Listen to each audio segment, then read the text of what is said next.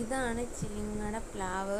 പിന്നെ അതിനകത്ത് നിറയെ ചക്ക പിടിച്ച് നിൽക്കുന്നതാണ് നിങ്ങൾ കാണുന്നത്. എപ്പോഴും ചക്ക കാണും.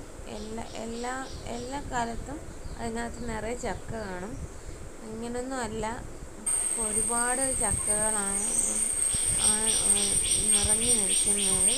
പക്ഷെ ഇപ്പം കുറവാണ്, വേനലായതുകൊണ്ടാണ് കുറവ്. ചക്ക എല്ലാം കൂടെ കൂട്ടത്തോടെ